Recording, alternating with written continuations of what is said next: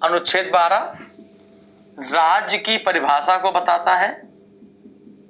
अनुच्छेद 12 राज्य की परिभाषा को बताता है ना। आप समझिएगा जो राज्य की परिभाषा है ना, ये जो अनुच्छेद 12 में जो राज्य की परिभाषा है, ये भाग 4 में, भाग 4 क्या है भैया, तो लगाएंगे हम लोग मौलिक कर्तव्य है। तो मौलिक कर्तव्य में है ना, मौलिक कर्तव्य जो है जैसे कि भाग 4 है नीति निर्देशक तत्व, नीति निर्देशक तत्व, और जो भाग 4 का ए है वो है मौलिक कर्तव्य। ठीक है ना।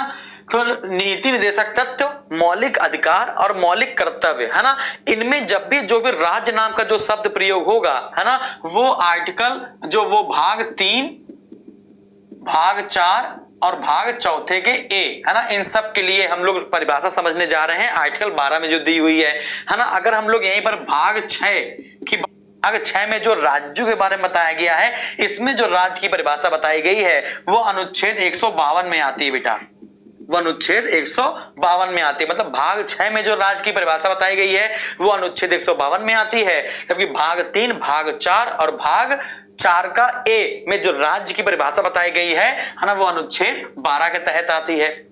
बात समझ आ रही है बेटा।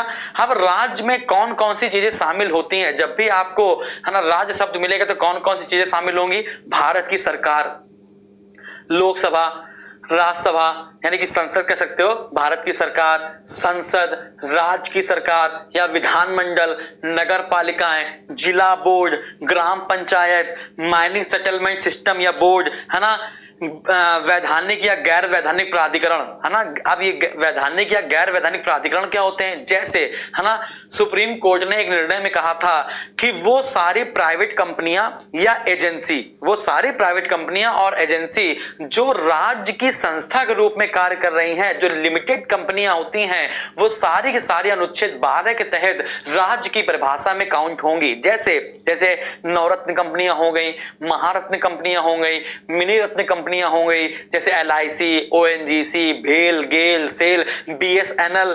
बात समझ आ रही है। तो ये सारी जो कंपनियां हैं वो भी राज्य के अंतर्गत ही आएंगी। ठीक है ना। तो राज्य के अंतर्गत क्या कौन सा है बताया हमने आपको, भारत की सरकार, संसद, राज्य की सरकार, विधानमंडल है ना, जिला बोर्ड, पंचायत है ना, नगर पालिकाएं, मानिक सेटलमेंट बोर्ड है ना, और जितना मैंने बताया ये सब किसके अंदर आएंगी, राज्य के अंतर्गत आएंगी।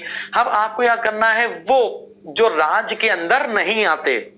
अब पेपर में आज बताइए कि अनुच्छेद 12 के तहत जो राज्य की परिभाषा बताई गई है उसमें किसको शामिल नहीं करते, तो जो प्राइवेट स्कूल होते हैं, जो प्राइवेट विद्यालय होते हैं, महाविद्यालय होते हैं, वो राज्य में नहीं आते। न्यायालय, देखो न्यायाधीश तो आएगा लेकिन न्यायालय राज्य के अंदर नहीं आ रहा है ना।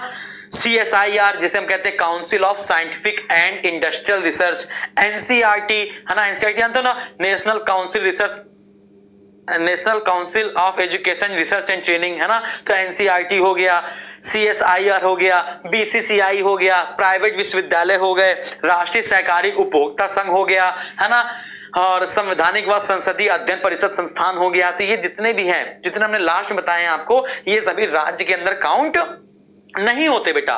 ठीक है ना। तो राज्य में कौन कौन से काउंट होते हैं हमने आपको बताया।